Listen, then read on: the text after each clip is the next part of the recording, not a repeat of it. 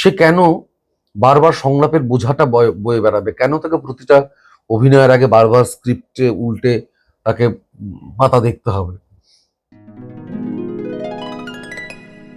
তোমার যে ধরো একটা বরাবরই একটা শিক্ষক সত্তা তো রয়েছে, তুমি তো শেখাও, নাটক যখন কাজ করো বা তোমার ছাত্রছাত্রীদের মধ্যে তোমার যে ধারা বা তোমার কাজটা, তুমি আজকের জায়গায় দাঁড়িয়ে মনে করো কতটা তুমি সেটা দিয়ে যেতে পারছো? চেষ্টা তো করছি। উম, মানে কিভাবে তারা ব্যাটনটা নিয়ে এগোবে আমি জানি না, কিন্তু আমি একটা পদ্ধতিতে থিয়েটার করি এখন। আমার একটা থিয়েটার করার প্রসেস আছে এবং সেটা অ্যাক্টিং মেথোডলজির সঙ্গে অ্যাসোসিয়েটেড।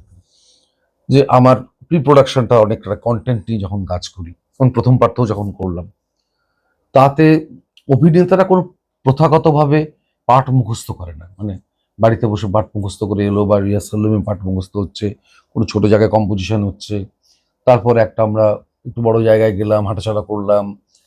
এই এই পুরো পদ্ধতিটা হয় না আমার। আমার প্রথম দিন থেকে set, light, music, makeup, costume and অ্যাক্টররা সবাই থাকেন, সবকিছু থাকে।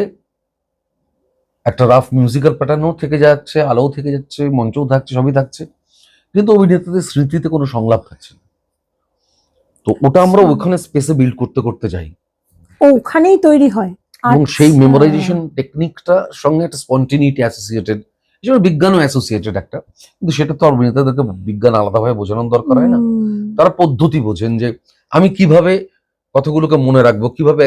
থিয়েটার যেহেতু কম্পোজিট আর্ট বলি আমরা, তো থিয়েটারের কম্পোজিট আর্টের মধ্যে তো যদি সমস্ত কলাগুলো মিলেমিশে থাকে, তাহলে অভিনেতার মগজ কেন তার মধ্যে যুক্ত হবে না? সে কেন বারবার সংলাপের বোঝাটা বয়ে বেড়াবে? কেন তাকে প্রতিটা অভিনয়ের আগে বারবার স্ক্রিপ্টে উল্টে তাকে পাতা দেখতে হবে?